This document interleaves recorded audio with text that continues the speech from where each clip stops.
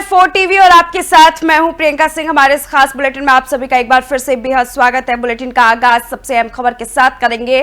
Bangkok प्रधानमंत्री नरेंद्र मोदी पहुंच चुके हैं। बड़ी जानकारी हम आपके साथ साझा कर रहे हैं। पीएम मोदी बैंकॉक दौरे पर हैं और अब तस्वीरें सामने आ रही है। वो बैंकॉक पहुंच चुके हैं। छठे बिम्स्टेक शिखर सम्मेलन में हिस्सा लेने के लिए वे बैंकॉक गए हैं। भारतीय समुदाय ने उनका गर्मजोशी के साथ स्वागत किया है। तो बड़ी जानकारी हम आपके साथ साझा कर रहे हैं। आपको बताते हुए चले कि प्रधानमंत्री नरेंद्र मोदी बैंकॉक दौरे पर है। भारत मूल वासियों से भी उन्होंने मुलाकात की है और कई अहम तस्वीरें वहां से इससे जुड़ी सामने आ रही है।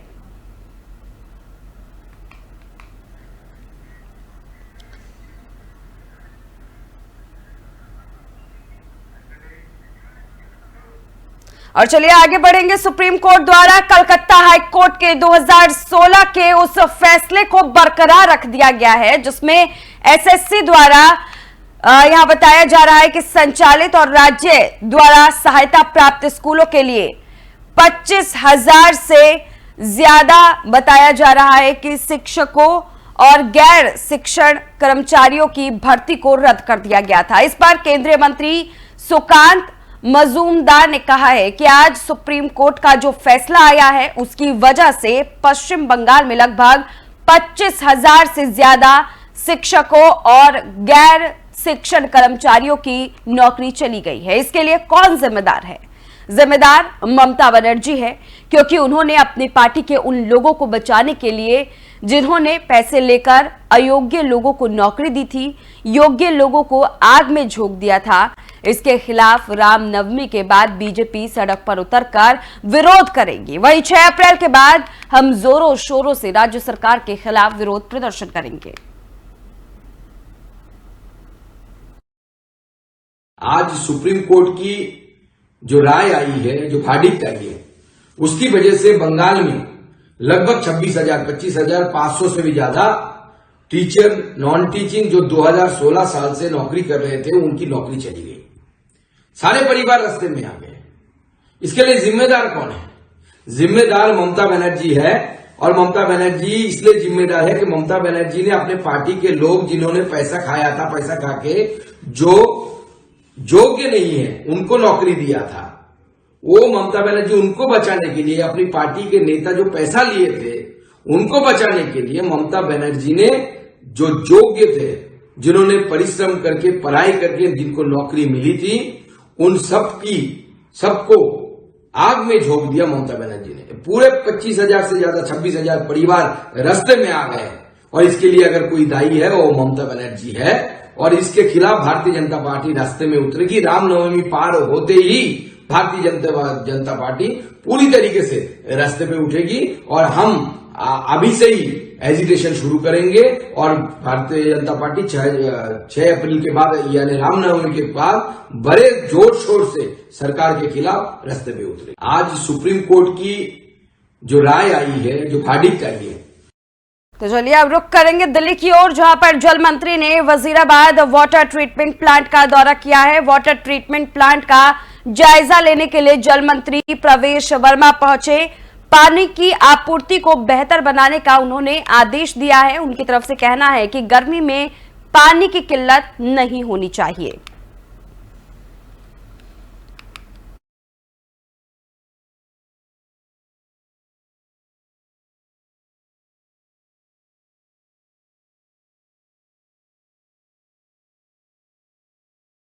और वहीं दूसरी ओर बुधवार को संसद में वक्फ बोर्ड बिल पास होने पर अमरोहा के कस्बा नौगावा साहद बताया जा रहा है कि नौगावा सादात में भाजपाइयों ने मिठाइयां बांटकर अपनी खुशी का इजहार किया। बताया जा रहा है कि अमरोहा के नौगावा सादात कस्बे में बीजेपी के अल्पसंख्यक मोर्चा के प्रदेश कार्य समिति सदस्य मोहम्मद अली आब्दी के कैंप कार्यालय पर वक्फ बोर्ड बिल पास होने पर भाजपाइयों ने मिठाई बांटकर खुशी का इजहार किया और कहा कि इस बिल के पास होने से वक्फ बोर्ड की संरचना में बदलाव होगा।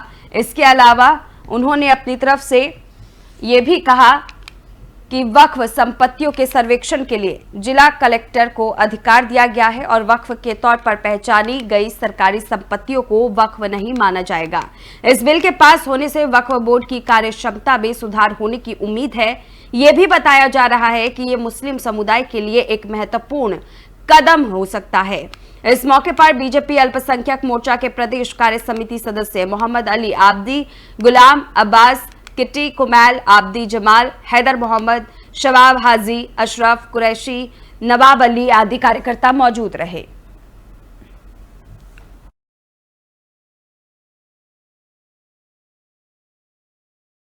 और वहीं उत्तराखंड मदरसा बोर्ड के अध्यक्ष मुफ्ती शमून कासमी ने कहा है कि वक्फ संशोधन बिल ऐतिहासिक है। जिन दानियों ने जिन गरीबों के लिए संपत्तियां दान की थी, केंद्र में कांग्रेस के करीब 60 साल के कार्यकाल में उनका कोई कल्याण नहीं हुआ है। कल्याण हुआ तो केवल वक्फ बोर्डों के अध्यक्षों का।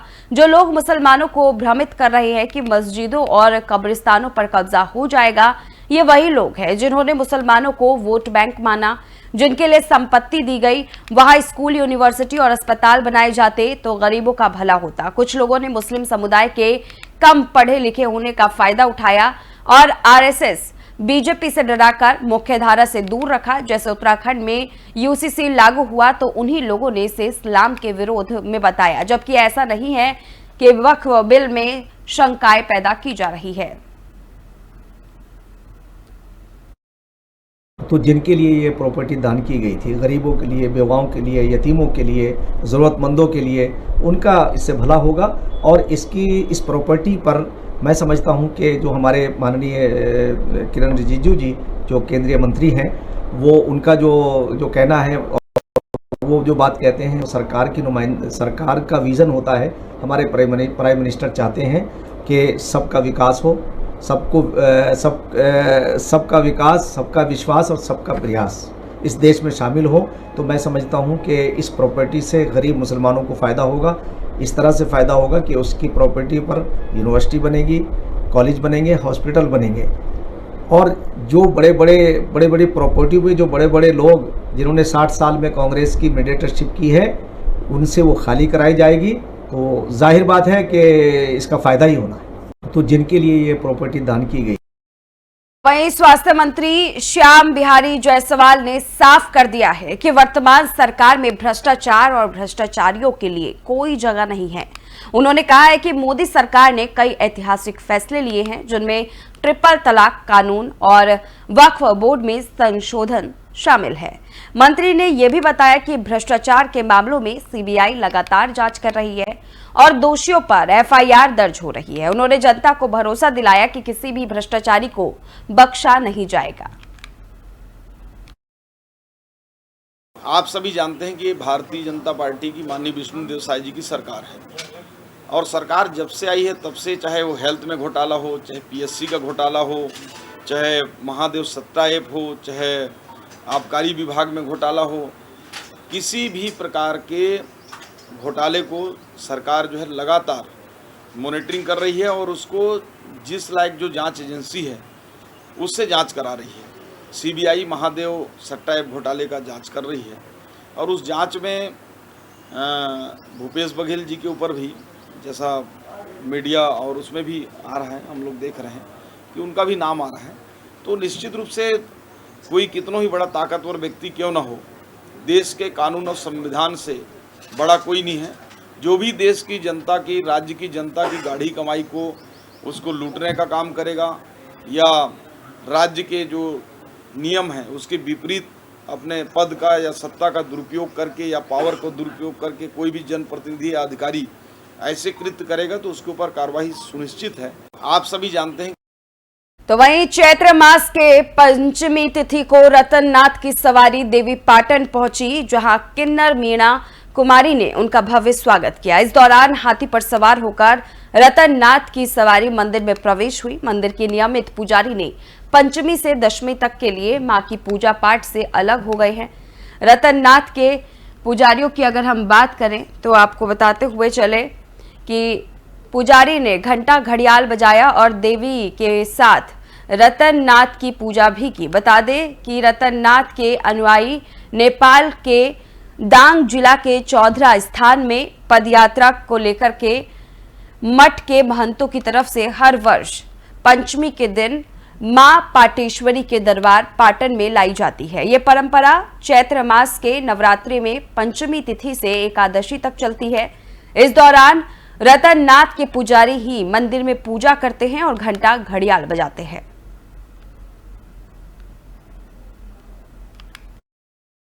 परंपरागत से चल रही है। वह नेपाल के लुम्बिनी प्रदेश जिला दांग से होते हुए लमई, कोइलावास, जनकपुर पड़ाव लेते हुए श्री शक्तिपीठ देवी पाटन मंदिर पहुंचती है। ये झुंडी आज से लगभग 1300 साल पहले से शुभारंभ है।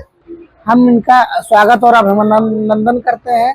जब ये बाबा नेपाल बॉर्डर पे आते हैं तो हम पहली द्वितीया को जाके पूरा जुलूस के साथ सब यात्रा भक्तों को जोड़ के वहाँ लेके जाते हैं बॉर्डर पे। पहले उनका यहाँ स्वागत करते हैं नेपाल से इंडिया में प्रवेश करने के लिए। वहाँ से फिर जनकपुर लाते हैं और पंचमी वाले दिन रतननाथ बाबा जी की सवारी, शोभा यात्रा, ये सब देवी पाटन मंदिर पहुँचती है। वहाँ पूजा 2 घंटा होता है। फिर ये सारे भक्त यहाँ रुकते हैं। रुकने में हम सबका सेवा करती हूँ कि कोई चीज का इन्हें दिक्कत ना हो, कोई चीज की परेशानी ना हो। ये परंपरा हमारे रतननाथ जी के समय से चलते आ रहा है। पहले जब तपस्या करते थे जब हमारे रतननाथ जी श्री पाटेश्वरी माँ की, तो ऐसे एक समय में जब माता जी ने क्या बोलते हैं, हमारे रतननाथ जी रोजाना वहाँ हमारे चौघेरा से यहाँ पूजा करने आते थे, देवी माँ की उपासना करने आते थे। तो एक बार माता जी ने दर्शन देके फिर बोले रोज आने में तुम्हें दिक्कत हो जाएगा, तो फिर तुम सिर्फ चैत्र नवरात्रि में आके मेरी पूजा करो, हम इसमें प्रसन्न हो जाएंगे और तुम्हें आशीर्वाद मिल जाएगा। ऐसे जो माता जी ने आशीर्वाद दिए, तो फिर उसी टाइम से रतननाथ जी ये चैत्र नवरात्रि में आके पाटेश्वरी माँ की पूजा करते हैं। परंपरागत से चल रही है। वह नेपाल के लुम्बिनी प्रदेश। तो वहीं कासगंज में बीते दिन एसपी अंकिता शर्मा के निर्देश पर अवैध ई रिक्शा के खिलाफ विशेष अभियान चलाया गया। एआरटीओ राम प्रकाश मिश्रा और यातायात प्रभारी लक्ष्मण यादव ने शहर के तिराहों पर और चौराहों पर चेकिंग की। इस दौरान अवैध रूप से पंजीकृत 30 ई रिक्शा जब्त किए गए। बताते चले कि एआरटीओ राम प्रकाश मिश्रा ने बताया कि ये अभियान आगे भी जारी रहेगा। जिले के कई कस्बों में भी चेकिंग की जाएगी और बिना पंजीकरण वाले ई रिक्शा और टेम्पो को सीज किया जाएगा। साथ ही यातायात नियमों का उल्लंघन करने वालों पर भी कार्रवाई की जाएगी।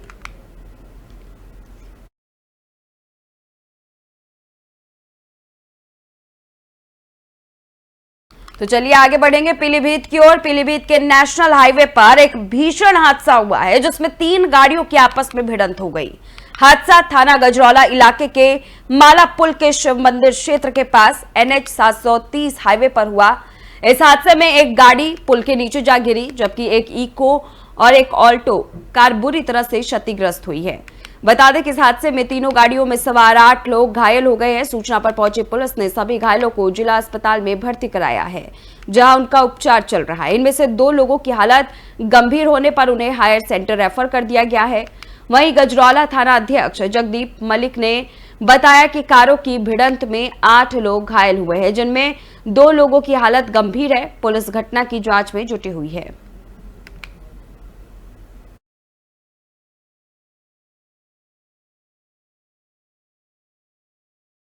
और वहीं हरियाणा को नशा मुक्त बनाने की मुहिम में एनसीबी को बड़ी कामयाबी मिली है। अंबाला यूनिट की टीम ने यमुनानगर के बिलासपुर थाना क्षेत्र में दर्ज एक एनडीपीएस केस में जांच आगे बढ़ाते हुए बिहार में 2 नशा तस्करों को पकड़ा और उनकी निशानदेही पर नेपाल के अंतर्राष्ट्रीय तस्कर लक्ष्मी राउत को बिहार के चंपारण जिले से गिरफ्तार कर लिया है। बताया जा रहा है कि अफीम नेपाल के रास्ते भारत में लाई जाती थी। एनसीबी की टीम ने आरोपी को कोर्ट में पेश कर आगे की जांच शुरू कर दी है। वहीं हरियाणा पुलिस ने आम जनता से अपील की है कि नशे की किसी भी गतिविधि की तुरंत सूचना हेल्पलाइन नंबर पर दे।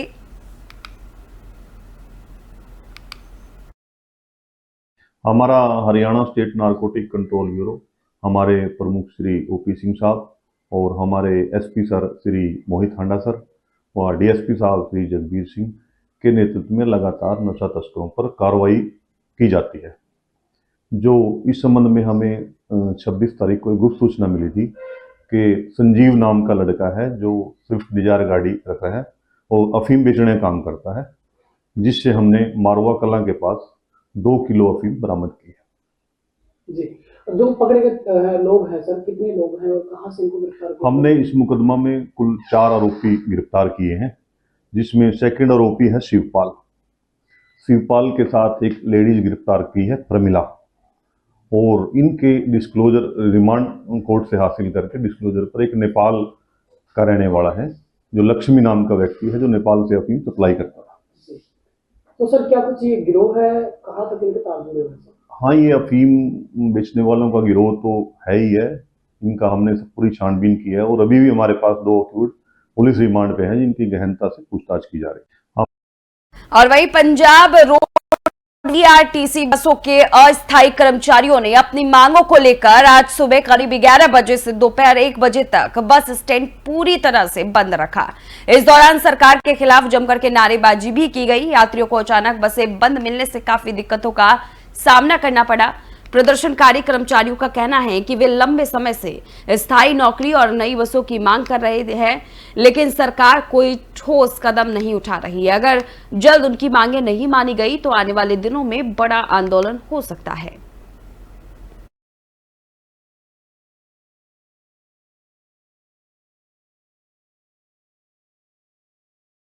मोगा में ट्रैफिक व्यवस्था दिन ब दिन बदहाल होती नजर आ रही है। शहर के मुख्य बाजार से लेकर गांधी रोड, अमृतसर रोड और बस स्टैंड जैसे इलाकों में घंटों जाम लगा रहता है, जिससे आम लोगों की परेशानी बढ़ गई है। आपको बताते हुए चले कि ट्रैफिक पुलिस का दावा तो है कि स्थिति सुधारने के लिए कदम उठाए जा रहे हैं, लेकिन हकीकत यह है कि पुलिस सिर्फ चालान काटने तक सीमित नजर आ रही है। हालांकि ट्रैफिक डीएसपी जोरा सिंह ने हालात को देखते हुए आज शहर भर में नाके लगाकर वाहनों की जांच शुरू कर दी है और कार्रवाई भी शुरू की है। ट्रैफिक इंचार्ज हरविंदर सिंह ने भी माना कि ई रिक्शा की अधिक संख्या से समस्याएं बढ़ रही हैं, जिसका जल्द समाधान किया जाएगा। तो जी मैं 2 दिन पहला हो गए इतों जिला ट्रैफिक इंचार्ज का चार्ज संभालिया, ठीक है जी। ਤੇ ਕੱਲ ਤੋਂ ਹੀ ਅਸੀਂ ਵੱਧ ਤੋਂ ਵੱਧ ਚਲਾਨ ਕੀਤੇ ਆ, ਜਾਂ ਟ੍ਰਿਪਲ ਰਾਈਡਿੰਗ ਆ, ਵਿਦਆਊਟ ਨੰਬਰ ਪਲੇਟ ਆ, ਜਾਂ ਫਿਰ ਕਾਲੀਆਂ ਫਿਲਮਾਂ ਵਾਲੇ ਆ, ਉਹਨਾਂ ਦੇ ਵੱਧ ਤੋਂ ਵੱਧ ਚਲਾਨ ਕੀਤੇ ਆ। ਇਸ ਤੋਂ ਇਲਾਵਾ ਜੋ ਬੁਲਟਾਂ ਤੇ ਪਟਾਕੇ ਪਾਉਂਦੇ ਆ ਉਹਨਾਂ ਦੇ ਵੀ ਚਲਾਨ ਕੀਤੇ, ਤੁਸੀਂ 1-2 ਦਿਨ ਪਹਿਲਾਂ ਦੇਖਿਆ ਹੀ ਹੋਵੇਗਾ। ਇਸ ਤੋਂ ਇਲਾਵਾ ਵੀ ਸਾਡੇ ਵੱਲੋਂ ਸ਼ਹਿਰ ਦੇ ਘੱਟੋ ਘੱਟ 15-20 ਪੁਆਇੰਟ ਬਣਾਏ ਗਏ ਜਿੱਥੇ ਅਸੀਂ ਨਾਕੇ ਲਾਏ ਆ ਤੇ ਵੱਧ ਤੋਂ ਵੱਧ ਚਲਾਨ ਕੀਤੇ ਜਾ ਰਹੇ ਆ, ਅਤੇ ਜੋ ਵੀ ਕੋਈ ਟ੍ਰੈਫਿਕ ਨਿਯਮਾਂ ਦੀ ਉਲੰਘਣਾ ਕੀਤੀ ਆ ਉਹਨਾਂ ਤੇ ਬਣਦੀ ਕਾਨੂੰਨੀ ਕਾਰਵਾਈ ਅਮਲ ਲਿਆਂਦੀ ਜਾ ਰਹੀ ਹੈ। ਇਹ ਜਿਹੜੇ ਬਾਹੂਬਲੀ ਕਾਫੀ ਸ਼ਹਿਰ ਦੇ ਵਿੱਚ ਦੇਖਣ 'ਚ ਪਾਏ ਗਏ ਆ, ਇਸ ਸੰਬੰਧੀ ਇਹਨਾਂ ਦੇ ਯੂਨੀਅਨ ਦੇ ਪ੍ਰਧਾਨ ਜੋ ਵੀ ਉਹਨਾਂ ਨਾਲ ਗੱਲ ਕੀਤੀ ਗਈ ਆ, ਠੀਕ ਆ ਨਾ। तो जो भी ਇਹਨਾਂ ਨੂੰ ਪ੍ਰੋਪਰ ਤਰੀਕੇ ਨਾਲ ਜਿੱਥੇ ਵੀ ਇਹਨਾਂ ਦੀ। और वहीं छत्तीसगढ़ के बलरामपुर जिले से एक बेहद ही चौंकाने वाली खबर सामने आ रही है, जहां एक स्कूल में बच्चों को शुद्ध पेयजल तक नहीं दिया जा रहा है। नवाडी कला ग्राम पंचायत के प्राथमिक विद्यालय टांगा टोली में छात्र छात्राओं को नदी नाले और कुएं का पानी पीने पर मजबूर होना पड़ रहा है। इतना ही नहीं, स्थानीय लोगों का आरोप है कि स्कूल के सहायक शिक्षक राकेश ना तो समय पर स्कूल आते हैं और ना ही पूरी क्लास लेते हैं। वे मोबाइल फोन में व्यस्त रहते हैं और यहां तक कि शराब पीकर स्कूल आने की भी शिकायतें हैं। अब सवाल यह है कि ऐसे गैर जिम्मेदार शिक्षक पर क्या कार्रवाई होगी? क्या शिक्षा विभाग इस लापरवाही को गंभीरता से लेगा? प्रशासन को जल्द से जल्द इस पर कदम उठाने की जरूरत है ताकि बच्चों की शिक्षा से कोई समझौता ना हो। टाइम से आवे नहीं करे, न जावे नहीं करे, न छुआ मन के ठीक से पढ़ावे नहीं करे, वो पढ़ावे नहीं करे, वो मोबाइल से बिजी रहे। यहाँ एक प्राइमरी स्कूल है, राकेश पैकरा नाम करके टीचर हैं। वो कभी टाइम से आता ही जाता नहीं है, कभी लेट आता है, कभी जल्दी चला जाता है। ऐसे में बच्चों का बहुत। और वहीं गाजियाबाद के राजबाग कॉलोनी स्थित एक ट्रांसपोर्ट गोदाम में भीषण आग लग गई, जिससे कई ट्रक इसकी चपेट में आ गए। आग वृंदावन गार्डन के पास ट्रांसपोर्ट गोदाम में लगी, लेकिन सबसे बड़ा सवाल ये कि आधे घंटे पहले सूचना देने के बावजूद फायर ब्रिगेड मौके पर नहीं पहुंची। आग लगातार विकराल होती चली गई और स्थानीय लोग अपने स्तर पर इसे बुझाने की कोशिश में जुटे नजर आए।